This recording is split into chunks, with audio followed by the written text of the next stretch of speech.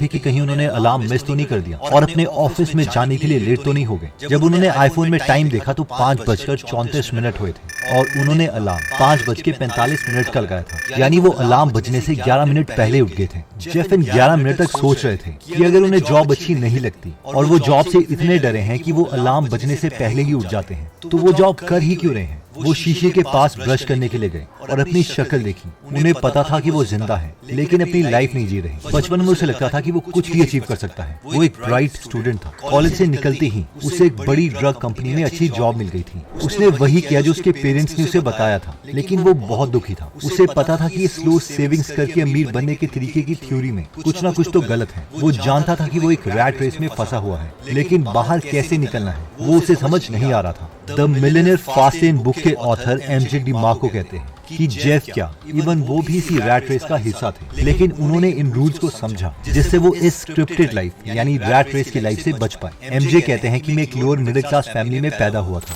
जहाँ पर हमें ये बताया गया था कि अमीर सिर्फ ओल्ड एज में ही बना जा सकता है, वो भी पैसे जोड़ के। और जल्दी यंग बनना है तो हमें या तो कोई सेलिब्रिटी बनना पड़ेगा या फिर प्रोफेशनल फुटबॉलर। ऑथर कहते हैं कि एक दिन मेरे घर के पास लैम्बोर्गिनी आई और हम सब बच्चे उसे देख के बहुत ज्यादा खुश हुए और फिर हम उस गाड़ी के पास गए और उस गाड़ी के ओनर से पूछा कि आप करते क्या हो जिसकी वजह से आप ये बड़ी गाड़ी ले पाए। और उस गाड़ी के ओनर ने कहा कि वो एक एंटरप्रेन्योर है। डिमार्को ये देख के बहुत हैरान हो गए, क्योंकि एक तो उस गाड़ी का ओनर बहुत यंग था और उन्हें बचपन से कहा गया था कि ज्यादा उम्र में ही अमीर बना जा सकता है। दूसरा ये कि वो सेलिब्रिटी या फुटबॉल प्लेयर नहीं थे, बल्कि एक बिजनेसमैन, एक एंटरप्रेन्योर थे। एमजे कहते हैं कि उसके बाद इनका बिलीफ सिस्टम चेंज हो गया कि जवानी में अमीर बनने के और भी तरीके हैं। इसके बाद उन्होंने बिजनेस के बारे में पढ़ना स्टार्ट किया और वो सबसे पहले फ्रीलांसर बने और उन्होंने बाकी लोगों के लिए वेबसाइट्स बनाना स्टार्ट किया। इसके बाद उन्होंने एक और काम स्टार्ट किया, वो ये था कि एयरपोर्ट में जो भी लोग आते थे उन्हें अपने घर तक जाने के लिए कोई ना कोई टैक्सी सर्विस चाहिए होती थी, तो वो लोग उन्हें इसके लिए मेल कर सकते हैं। तो शुरू में एमजे उन लोगों के पास गए और उनसे कहा कि अगली बार जब भी आप एयरपोर्ट में आएंगे तो वो उन्हें मेल कर सकते हैं, जिससे वो उन्हें टैक्सी दिलवा देंगे। बाद में उन्होंने नोटिस किया कि उन्हें बहुत से लोगों की मेल जाने लग गई थी, जिनमें लोग उनसे कहते थे कि मैं कल 3 बजे एयरपोर्ट पहुंचूंगा,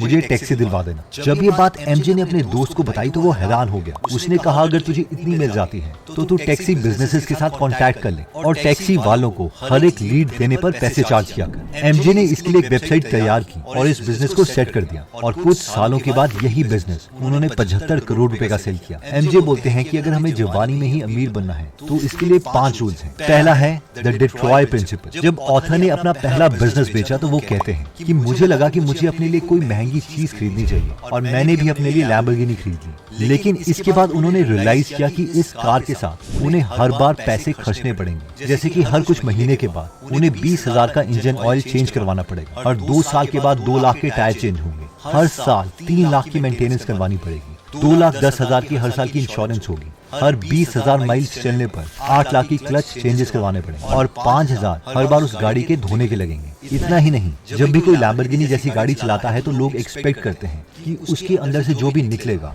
वो हाई स्टेटस वाला इंसान होगा, इसलिए उन्हें पता था कि वो नॉर्मल टी शर्ट्स पहन के तो बाहर नहीं निकल सकते, जिसकी वजह से उन्हें नई ड्रेसेस लेनी पड़ी और इस प्रिंसिपल को डिट्रॉय प्रिंसिपल कहते हैं। Actually Denis Detroit mid 16th century में एक फ्रेंच फिलोसोफर थे और उनके पास एक पुराना गाउन था जिसे वो खुशी से पहनते थे। लेकिन फिर एक दिन उनके पास उनका एक फ्रेंड आया और उसने एक महंगा खूबसूरत गाउन उन्हें गिफ्ट कर दिया। जब उन्होंने वो गाउन पहना तो उन्हें अपने सारे पुराने कपड़े गंदे लगने लगे और उन्होंने वो सारे बदल दिए, इवन कि अपने घर में फर्नीचर भी बदल दिए। और इस गलती को उन्होंने बाद में रियलाइज किया और इस पर उन्होंने एक ऐसे लिखा जिसका नाम था regrets on parting with my old dressing gown. तो इस रूल की लर्निंग ये है कि जब भी हम एक महंगी चीज के लिए पैसे खर्चते हैं तो उसे मेंटेन करने के लिए हमें बाकी चीजों पर भी पैसे खर्चने पड़ते हैं। अगर आप एक मैकबुक लेते हैं तो उसके लिए हमें USB to C अडेप्टर लेना पड़ता है, उसका कवर लेना पड़ता है, उसमें एडिटिंग सॉफ्टवेयर एक पेड सॉफ्टवेयर है, उसे पे करना पड़ता है and so on. I know हमें से काफी लोगों के मन में ये सवाल जरूर आ रहा होगा कि इस वीडियो में तो हम फास्ट लेन मिलियनेयर की बात कर रहे थे, तो दोबारा से हम ये गरीबों की तरह जीने के लिए क्यों बोल रहे हैं। तो इस चीज को समझने के लिए नेक्स्ट पॉइंट आता है और वो कहता है द कॉर्नब्रेड स्ट्रैटेजी। जैसे ही ऑथर ने अपनी कंपनी बेची तो उसके नए ओनर्स ने अपना मेन ऑफिस एरिजोना से शिफ्ट करके सैन फ्रांसिस्को ले गए और ऑथर को पता था कि ये गलत तरीके से बिजनेस कर रहे हैं, क्योंकि सैन फ्रांसिस्को में एक नॉर्मल ऑफिस का रेंट भी